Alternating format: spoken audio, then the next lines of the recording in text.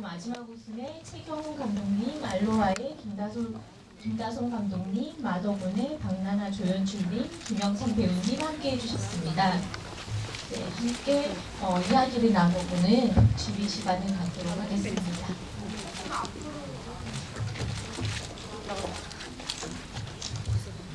네, 먼저 주비에 참여해주신 감독님들과 배우님들의 인사 말씀부터 들어보도록 하겠습니다. 네, 안녕하세요. 마지막 웃음 만든 최경훈이라고 합니다.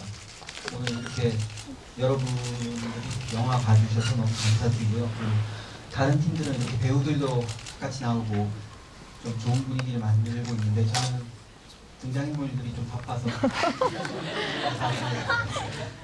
네, 그래서 못 데리고 왔습니다. 감사합니다.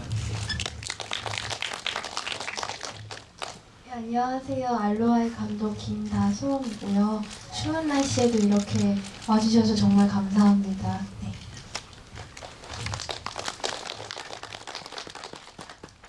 안녕하세요. 기념사진에서 예리 역을 맡은 김윤하입니다. 안녕하세요. 기념사진에서 신부 역할 맡은 김시은이라고 합니다. 반갑습니다. 안녕하세요. 기념사진에서 신랑 역을 맡은 장윤서입니다. 반갑습니다. 안녕하세요. 기념사진 감독한 정민주입니다. 감사합니다. 네, 저도 기념사진에서 그 사진사 역할을 맡은 김승식입니다. 기념사진 팀이 최다 참가자. 인기가 제일 많은 것 같네요. 안녕하세요. 저는 마더군에서 조감독 맡았고요. 감독님이 지금 다른 영화 촬영 들어가셔서 대신 참석하게 되었습니다. 반갑습니다. 안녕하세요. 재밌게 보셨어요? 마더군. 네, 배우 감사합니다. 배우 김영선입니다. 네, 이번 주비 참여자분들이 되게 많으셔가지고 더 풍성한 이야기가 나올 것 같습니다. 그래서 지금 주비에 질문을 해주시는 관객분 선착순 3명에게는 생각 과자가 나가고 있으니까 많은 질문과 피드백, 또 어떤 감상 이런 것도 괜찮거든요. 그런 것들 좀 많이 말씀해 주시고 우리 상호 교류하는 시간이 되었으면 좋겠습니다. 자, 그럼 먼저 이제 이야기의 처음을 이제 끌어간다는 면에서 제가 어떻게 이 영화를 기획하게 되었는지 감독님들께 여쭤보고 싶고 또 배우님들께는 어떻게 이 영화에 참여하게 됐고 어떤 점에 끌리게 되어서 여기에 참여하게 되셨는지 그런 동기 같은 것들 이야기를 나눠보도록 하겠습니다. 그럼 최경훈 감독님부터. 예, 저는 뭐 이렇게 영화에서 보이다시피 작년부터 올해 초까지 있었던 그 촛불정부 그 시기를 지내면서요 생각했던 작품이고 그리고 요즘 방송에서도 그런 말들 많이 하잖아요. 그러니까 합리적인 의심, 합리적인 의심을 어떻게 할 수 있을까 라는 생각에서 출발했습니다.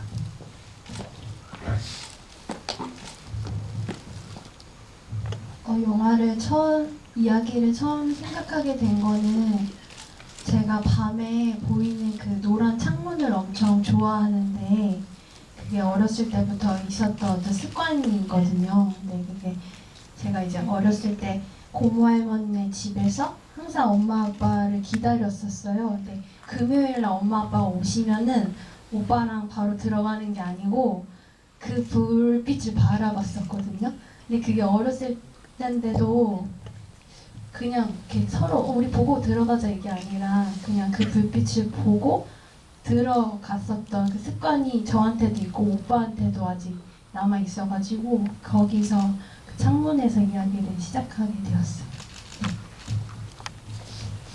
저는 기념사진 처음 보고 제가 공주를 좋아하는데 마침 인어공주를 모티브로 하셨다 그래서 그거에 이미 많이 끌렸고 그리고 짝사랑에 대한 그런 기억들도 그냥 많이 맞아서 더 많이 끌려서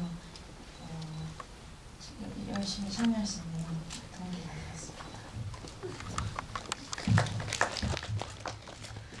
되었습니다. 저도 처음에 얘기가 들어왔을 때 제 역할보다는 영화 전체가 너무 이렇게 귀엽고 저도 공감이 많이 가고 같이 참여하고 싶다라는 생각으로 했었던 것 같아요. 네. 그리고 옆에 있는 장효 배우랑도 또 마침 그 전에 최근에 또 작품을 같이 했었고 그래서 기쁜 마음으로 참여했던 것 같습니다. 물론 제 역할 생각하면 네, 좀 화가 나지만 좀 재밌게 참여했습니다. 네. 저도 계속 기념사진 얘기만 하니까 좀 그렇죠. 하지만 저도 기념사진을 함께하게 되면서 일단 정민주 감독님한테 시나리오를 받아봤을 때 기념사진이라는 제목과 이 이야기가 끝나는 그 상황이 되게 재밌다라고 느껴졌던 것 같아요. 되게 단편 영화 시나리오로서 되게 흥미롭게 시나리오를 읽어나갔던 것 같아요. 그래서 작업을 함께하는데 너무 즐거웠던 것 같습니다.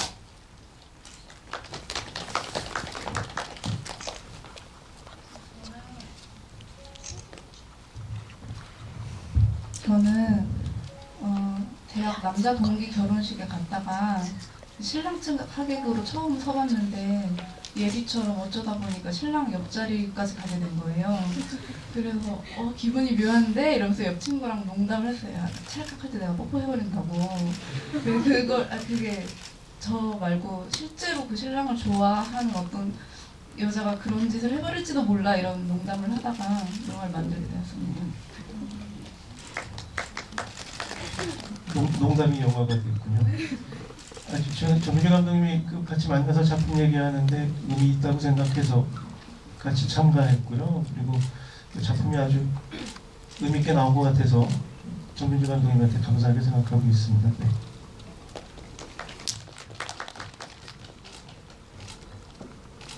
그 감독님이 영화에는 삭제가 됐는데 원래 있던 씬이 있었어요. 어렸을 때 엄마가 방 안에 갇히는 일이 있었대요. 그냥 문이 좀 고장이 나서 사실은 열쇠를 찾아서 열면 되는데 그 순간에 굉장히 이게 굉장히 큰일이 났구나. 엄마가 어떻게 되면 어쩌지 하는 그런 좀 이상하고 생경하고 낯선 느낌이 있었는데 그게 굉장히 기억에 남아서 그 어떤 사건을 모티브로 영화를 구상하다가 이렇게 만드시게 됐다고 얘기를 하시더라고요. 평소에 좀 가족이나 여성에 대한 이야기에 관심이 많으신 분이셔서 이런 얘기가 나왔던 것 같습니다.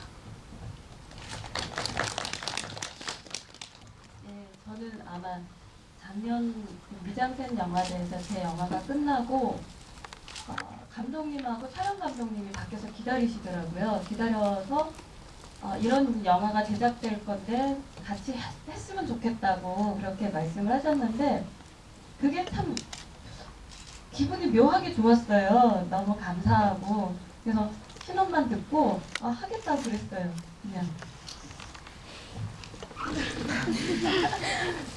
네, 그래서 참 행복한 작업을 했고요. 그러니까 갱년기 앞둔 또 여자 입장으로서 예, 좀 저런 이렇게 먹먹함도 아마 그럴 거다. 그리고 이제 저도 아이도 있고 결혼도 했고 예, 그러다 보니까 참 공감대가 많이 갔던 영화였습니다.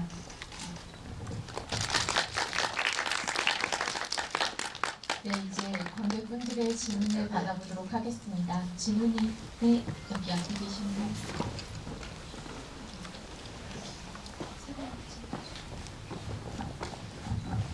기념사진의 질문이 조금 많아요. 세 가지 질문을 드리고 싶은데 신랑 선배님의 락커 안에 손목시계가 남겨져 있었는데 거기 안에 남겨진 손목시계의 의미?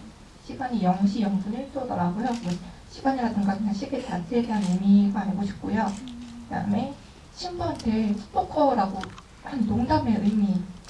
네, 신부가 되게 불안할 텐데 그런 의미를 여기 농담을 한 의미가 궁금하고 마지막에 선배가 락커를 열 때가 예리가 락커에 들어가기 전인지 후인지 아니면 그 장면에 대한 의미 알고 싶습니다.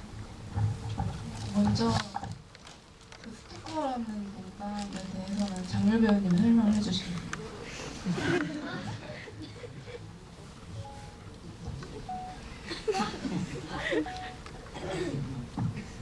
기억이 안 나신다고 하는데요. 그 이제 신부 그 사진 찍는 상황에서 그 신부 역할에 시연 배우님이 많이 긴장한 것 같은 그런 설정이 있어서 이 율 캐릭터 자체를 좀 능글맞고 좀 농담식으로 근데 무의식 중에 아마 학교 다니면서도 예리를 저렇게 이렇게 슥 지나가는 애로 많이 봤을 거예요. 그러다 보니까 무의식 중에 있던 게 농담으로 하필 또 그 단어가 나오는 그런 설정이었고요. 그리고 그 마지막 사물함은 그 약간 예리의 상상이에요. 예리가 들어간 사물함을 어쩌면 이 사람이 다시 와서 열지도 몰라 라는 이 영화 끝에 그리고 그 실제로 저희가 그 촬영할 때 예리가 있었어요. 그 사물함에 그 율 배우님한테 얘기를 안 하고 그 예리 배우님이 사물함에 들어간 다음에 카메라가 천천히 빠지고 율 배우님한테 들어가서 열어주세요 해서 딱 열었는데 율 배우님이 깜짝 놀라갖고 안에 예리를 보고 이게 무슨 상황이냐고 그랬던 기억이 있고요. 시계의 의미는 예리의 어떤 시한 폭탄 같은 마음을 표현하기 위한 그 예리가 그 사진 찍힐 때 뽀뽀를 하는 게 어떤 그 순간 그 사진에 담기는 그 순간을 자신이 가져가고 싶다는 마음인데 그러다 보니까 이제 그 시계가 등장하게 되었습니다. 네, 또 다른 질문이 있으실까요? 네, 없으신가요? 그러면 제가 공통적으로 또 여기 계신 모든 감독님들과 배우님들에게 질문을 드리자면 가장 이 영화에서 신경 쓴 연출하신 부분이나 가장 신경 쓴 장면이 있다면 무엇이고 그리고 그걸 통해서 뭘 이야기하고 싶었는지 혹은 또 배우님들께서는 어떤 포인트에서 가장 연기가 제일 신경 써야 하는 부분이었고 그리고 그 부분을 어떻게 반영해서 연기하셨는지 그런 부분에 대해서 공통적으로 질문 드리고 싶습니다.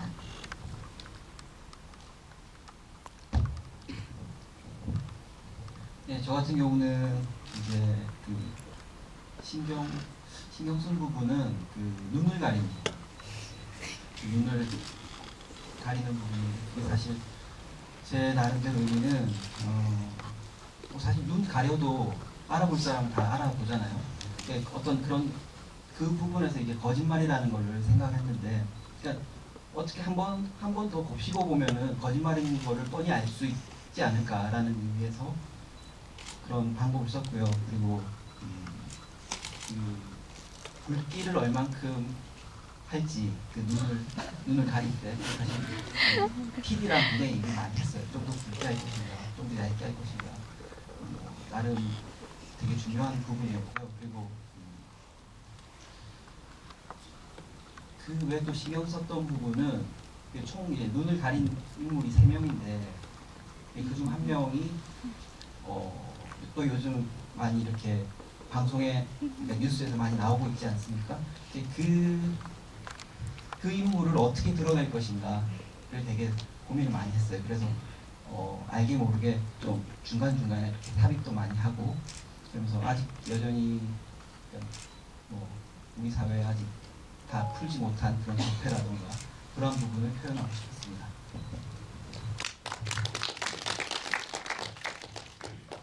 저는 이 영화를 만들면서 따뜻함을 어떻게 하면은 느끼게 할 수 있을까를 많이 고민했었고 그 오빠랑 저랑 그 뭔가 외로웠었는데 그거를 어떻게 보냈었는지를 이제 떠올리면서 조금 힘들기도 했거든요. 그리고 그거를 이제 배우분들한테도 전달하기가 어려웠었는데 그때 이제 준우라고 진영이 역할을 맡았던 배우가 그 자기는 따뜻한 물로 샤워하고 그 다음에 잠들 때 그런 따뜻함을 느낀다고 해서 그거를 마음에 그러면 진이가 한번 해보자 했고 그날 저녁에 샤워하면서 저도 뭔가 그런 느낌을 받아서 좋았어요. 네.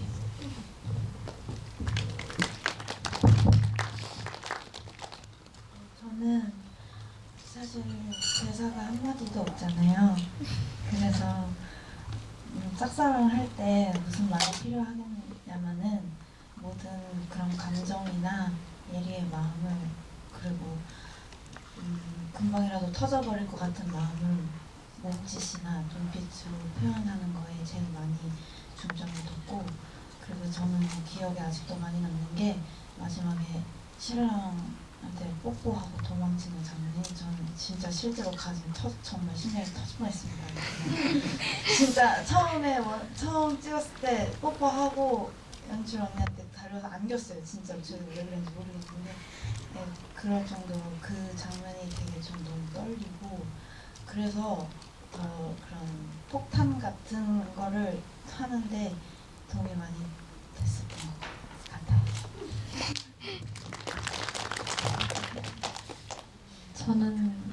저도 벌써 한 1년 됐나요? 저 찍은 지? 네. 그래서 기억이 좀 가물가물한데 제일 기억에 남았던 거는 오래 서 있었던 거.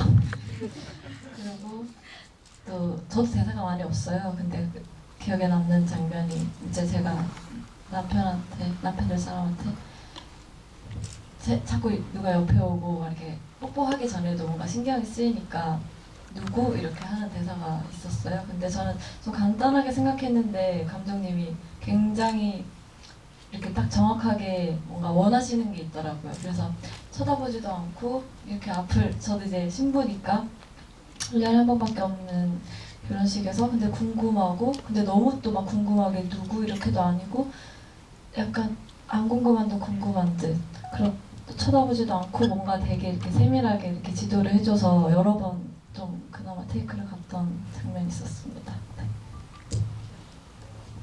맞아요. 네. 저도 이제 막 기억을 더듬고 있었는데 그 스토커라는 그 대사가 참 어렵게 다가왔던 것 같아요.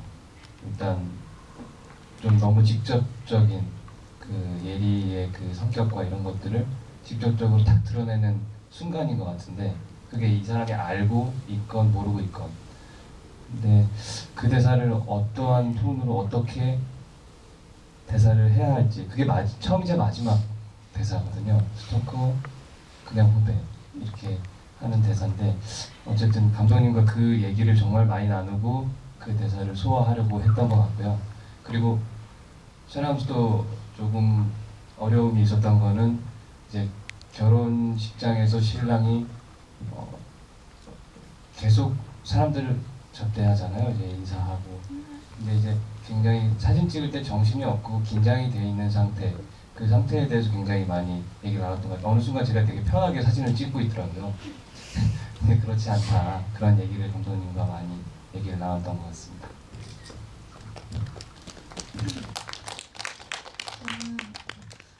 저는 이 여기 나오는 인물들이 다 절대 미워 보이지 않아야 한다라는 걸 가장 신경을 썼어요. 왜냐면 굉장히 발칙한 상황이지만 이 예리도 아주 미운 친구로 보이면 안 되고, 스토커? 그냥 후배라면서 농담하고 자기들끼리 웃고 넘기는 이 신랑 신부도 절대 미우면 안 되고, 특히 율 배우님이 미워 보이지 않게, 그러려고 율 배우님을 캐스팅한 거지만 네, 그 부분에 신경 썼고, 그 사진 기사님이 이렇게 자리를 바꾸면서 예리가 이렇게 밑에까지 오게 되는데 이것도 절대 과하면 안 되고, 강압적이지 않은데 굉장히 부드러운 카리스마가 있어야 이런 부분을 조절하는 데 많은 신경을 썼습니다.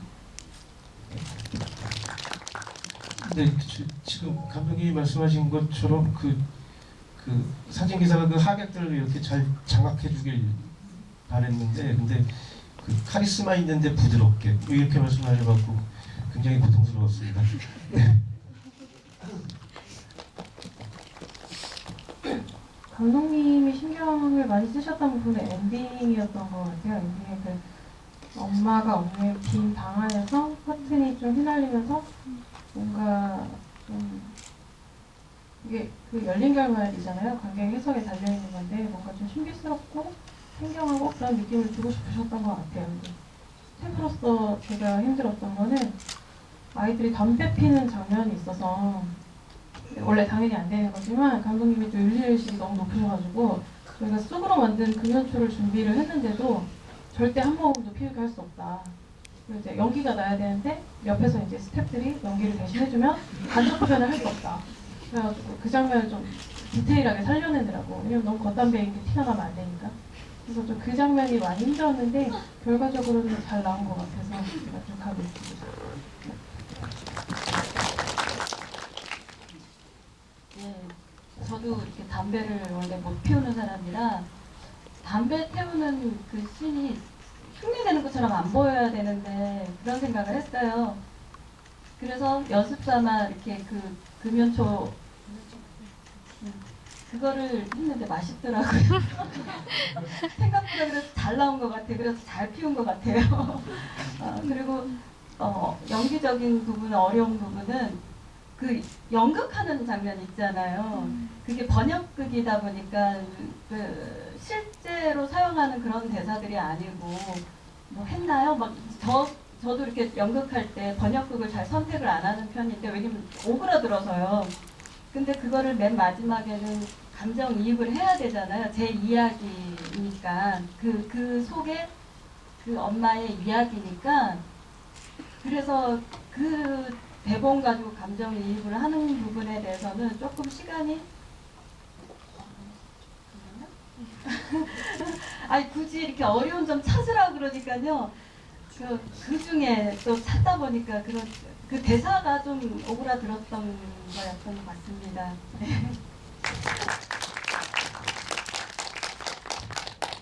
네, 혹시 관객분들 질문이 있으실까요? 네, 저기 이쪽에 계신 분.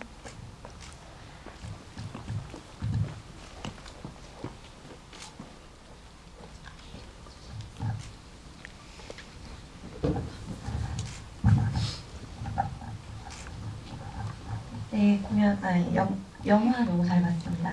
네, 그 마저 본 조연 주님께 여쭤보고 싶은데요. 일단 마지막 장면이 조금 거기서 통장이 있잖아요. 네, 통장을 할머니가 계속 이제 잃어버리셨다고 전화가 왔었는데 거기 그 마지막에 왜 엄마 화장대 위에 있었는지가 좀 의문이 계속 들더라고요. 그것도 여쭤보고 싶고 또 딸이 할머니를 찾아가는 장면이 있는데 거기서 제가 봤을 때는 할머니가 치매처럼 느껴지지 않았었거든요. 근데 할머니 이름을 계속 물어보는 게 딸이 어떤 그런 치매인지를 확인해 보려고 물어본 건지 아니면 그냥 다른 의도에서 만들어진 장면인지가 궁금합니다. 그 통장을 이제 어머니가 그 현정이 찾아서 이제 어머니한테 다시 드리려고 가지고 있었던 건데 그 장면에서 사실 중요한 거는 영화에서 이제 잘 안 보이긴 했는데 통장에 할머니 이름이 쓰여져 있거든요. 지금 보셨는지 모르겠지만 그래서 그것 때문에 통장을 가지고 있었던 장면을 굳이 넣으신 것 같고 그리고 그 예지가 할머니의 이름을 물어보는 장면은 사실 이게 어떻게 보면 예지의 성장 영화이기도 한데 예지가 엄마가 그냥 단순히 엄마가 아니라 자기가 할 일을 하고 싶어 한 사람의 여자이자 사람이라는 걸 깨달아가는 과정에서 할머니의 인생에 대해서도 이 사람은 어떤 사람이지? 이 사람 할머니는 이름이 뭐였지? 나는 그냥 맨날 할머니라고 생각하고 있었는데 그래서 그런 것들을 좀 알아가는 지점에서 했던 질문이라고 해서 저는 생각을 하고 있습니다. 네, 또 다른 질문 받아보도록 하겠습니다. 네, 질문이 생각이 네, 여기.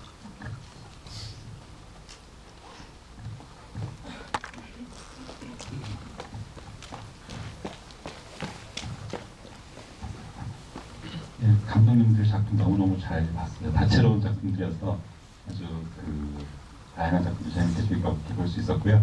저는 최경 감독님 두 번째 영화 최경 감독님한테 질문이 있는데 그 지난번 영화 들었고 이번 영화 들었고 이제 어떤 그 인터넷 패티지나 아니면 뉴스를 패티지를 다시 재가공하는 그런 방법으로 작업을 계속 하시는 것 같은데 약간 좀 원래 원본이 보여지고 또 이제 다르게 또 재해석한 듯한 편집 기법들이 계속 보여지잖아요. 나름대로 어떤 그 편집, 그러니까 다시 재가공한다는 거는 있었던 과거를 다시 재해석하는 과정이라고 생각하는데 그 편집이라는 그 과정 속에서 그 과거의 모습을 어떤 식으로 끄집어내고 어떤 식으로 다시 재해석하려고 하실 것인지 그것을 위해서 사용한 어떤 기법이 있으면 어떤 것이 있는지 한번 얘기해 주시면 좋겠습니다.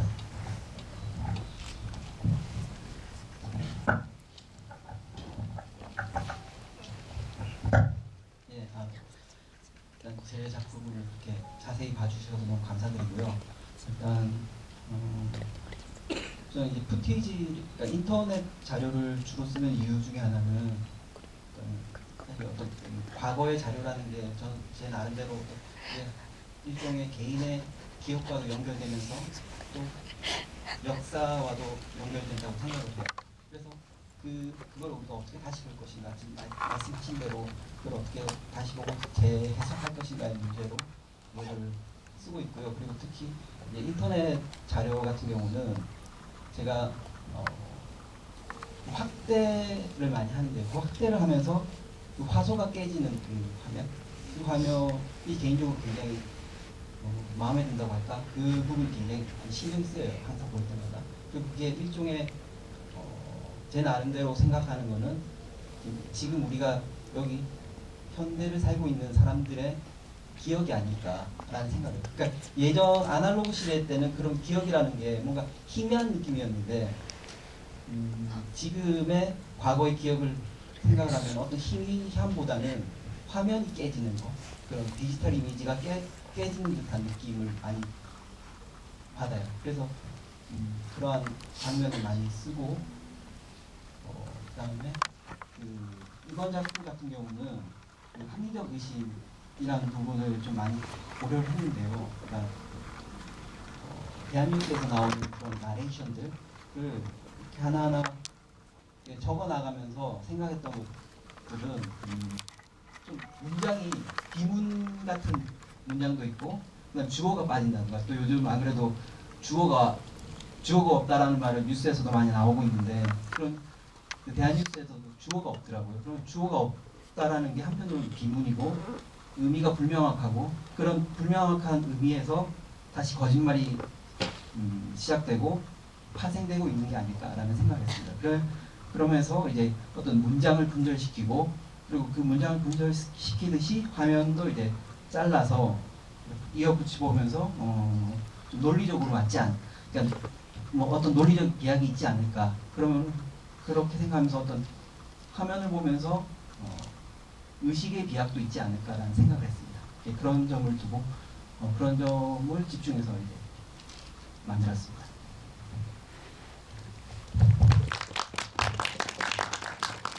영화를 이해하는 데 아마 큰 도움이 되지 않으셨을까 하는데요. 또 다른 질문 없으실까요? 제일 간단한 감상도 좋습니다.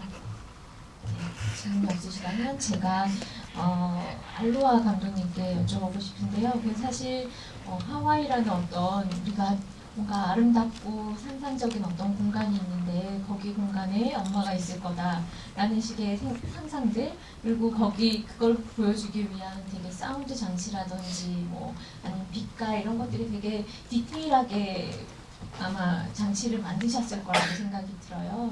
그것이 아무래도 그 꼬맹이 남자 주인공을 캐릭터를 설명해 주기도 하고 그럴 텐데, 그런 것들 좀 디테일한 어떤 본인의 연출, 그런 것들을 좀 설명해 주시면 좋을 것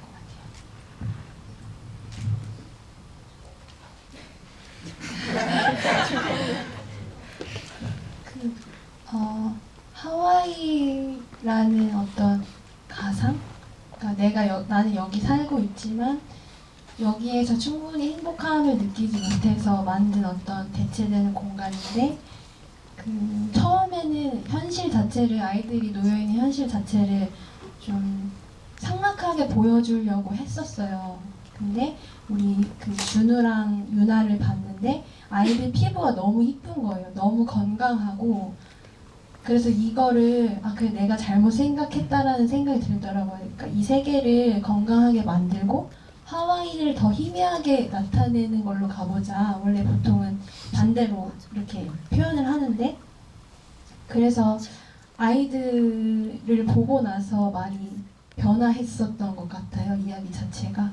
그래서 하와이라는 그런 투명한 거에 뭔가 아련함을 주면서도 아이들이 놓여있는 현실 자체도 아름답게 보여주고 싶었어요. 그 아이들의 부드러운 몸이라든지, 아니면 준우랑 유나랑 누워있을 때 그 아이들만이 가지고 있는 아주 유연한 선들이 있거든요. 근데 그것들을 보여주려고 많이 노력했고, 그게 영화의 어떤 하와이라는 이상향이 아니라 우리가 있는 이 놓여있는 곳이 따뜻한 곳, 행복하지 않을 수도 있겠지만, 그래서 그런 식으로 아이들을 통해서 많이 영감 얻고 접근했던 것 같아요. 이분님 답변에서 되게 영화 안에서 내가 느꼈던 것들을 좀 확인받는 느낌이기도 한 것 같습니다. 혹시 또 다른 질문이 있으실까요? 네, 질문이 없으시다면 제가 기념 사진 감독님께 여쭤보고 싶은데, 사실 이 영화는 이렇게 뽀뽀하는 한순간을 위한 어떤 영화이기도 한 거잖아요.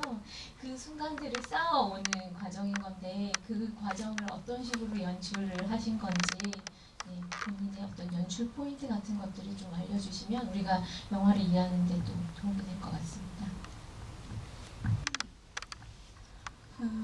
예리가 처음에는 그 사진 찍는데 참여조차 하지 않고 사실 도망가려고 했지만 억지로 뒤에 서게 되고 이렇게 한 계단씩 한 자리씩 가까워진다라는 부분을 구성해내기 위해서 좀 많은 고민들을 했던 것 같아요. 뭐 위에서 누가 그냥 갑자기 휙 눌러버린다, 뭐 갑자기 알람이 울려서 뭐 정신을 빼앗긴다, 이런 설정 때문에 이제 사진기사님의 대사를 좀 신경 써서 많이 동선을 많이 이렇게 시뮬레이션을 해보고 결과적으로는 그렇게 선택하게 됐고, 사실은 그 기념 사진을 찍는 장면만 구성을 했다가 예리가 한 번쯤은 정말 미친 듯이 달려가 봤으면 좋겠다, 역동성이 필요하다는 생각이 들어서 기념사진 웨딩 장면들을 다 찍고 이제 마지막에 그 사물함 앞에 학교에서 만나는 장면을 촬영을 했는데, 그 장면의 어떤 분위기나 그런 것들이 많이 도움이 됐던 것 같아요. 네, 혹시 또 다른 질문이 없으시다면, 네, 지금 시간이 얼마 남지 않아서 마지막 의례적으로 하는 질문이기도 하지만 또 궁금한 사항이기도 하죠. 현재 어떤 작업을 준비하고 계시면, 네, 앞으로의 계획 같은 것들을 조금 미리 알려주시면 저희가 또 다음 영화를 또 기다리고 찾아볼 수 있을 것 같습니다.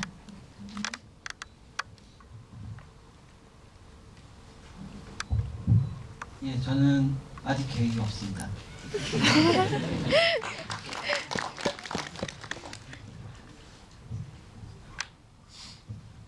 저는 졸업하기 전에 최대한 많은 영화를 찍고 내가 졸업을 하겠다라는 각오가 있어서, 네, 얼마 전에 이제 다른 영화를 촬영을 했고, 올해 편집해서 내년에 보여드렸으면 좋겠어요. 그래서 그 영화도 어떤 그 빛에 대한 건데, 따뜻한 빛을 느끼는, 그래서 겨울에 특히 햇빛이 되게 귀하잖아요. 근데 가끔 뭐 카페라든지 어디 가셨을 때 그 빛을 한번 손에 담아 보셨으면 좋겠어요. 그게 되게 좋은, 일상적이지만 되게 좋은 것 같아서 요즘 저는 그걸로 힐링을 많이 하고 있습니다. 네.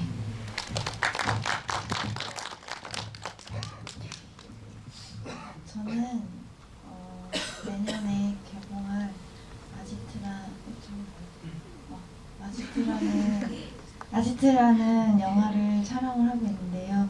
내년에 개봉하니까 제가 고문당하는 연기를 보실 수 있으니까 여기와는 정반대인 역할을 하니까 많이 봐주시고, 그리고 또 내년에 세월호 관련된 영화를 제가 촬영을 했었어요. 그것도 내년에 개봉을 하니까요. 기대해주세요. 감사합니다.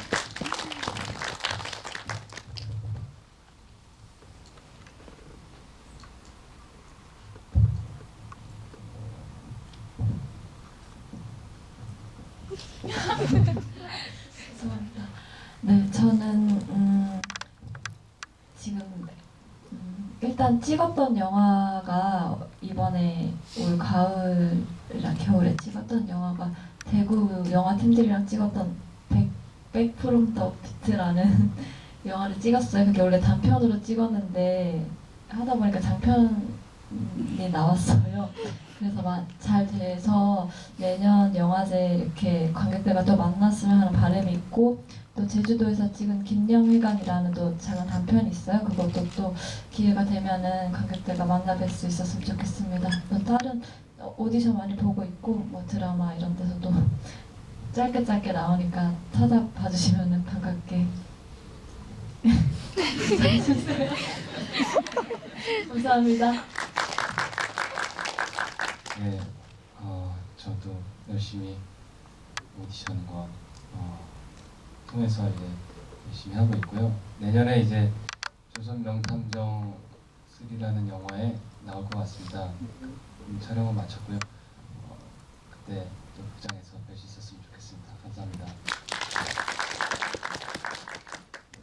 저도 졸업 작품 준비하고 있고 좀 어떤 사안에 대해서 좀 세상 사람들과는 조금은 다른 시선을 가진 좀 곁에서 보면 더 잘 보이는 그런 이야기를 지금 준비 중입니다.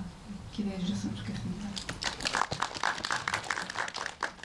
저는 영화는 사실 그 정민주 감독님하고의 인연 때문에 어쩌다 하게 됐고요. 전 연극 작업 계속 하고 있거든요. 그 내년에 저희 해야 되는 레퍼토리들이 있어서 그걸 준비하고 있고요. 여기 계신 분들도 연극 공연도 많이 보러 와주세요. 감사합니다. 지금 감독님은 다른 영화 현장 경험 쌓으시려고 다른 영화 연출부로 들어가 계신데 좀 많이 힘드신가 봐요. 그래서 다음에 꼭 자기 작품 다시 연출을 하시고 싶으시다고 연애물을 쓰고 싶으시다고 인터뷰를 많이 하고 계시더라고요. 그래서 언제 어디서 상영될지 모르겠지만 지금처럼 독립영화 많이 사랑해주시면 이런 자리에서 또 만나뵐 수 있기를 기다리고 있겠습니다. 감사합니다. 예, 저는 내년에 영역이라는 영화가 개봉을 합니다. 그 영화하고 그리고 마리오네트 이렇게 두 작품이 내년에 개봉하는데요. 많이 응원해 주시고요. 그리고 지금 현재 12월 중순쯤에 이제 부산에서 또 제작하는 테이블 매너라는 장편 영화인데 그 장편 영화에 또 좋은 지금과 또 다른 모습으로 연기를 또 하게 되고 연말과 연시를 그래서 부산에서 이렇게 맡게 됐는데요.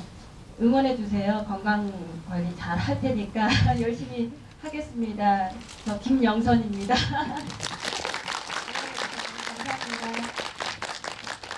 네, 오랜 시간 함께 해주셔서 너무 감사하고요. 투표하시는 거 잊지 말아 주십시오. 네, 감사합니다.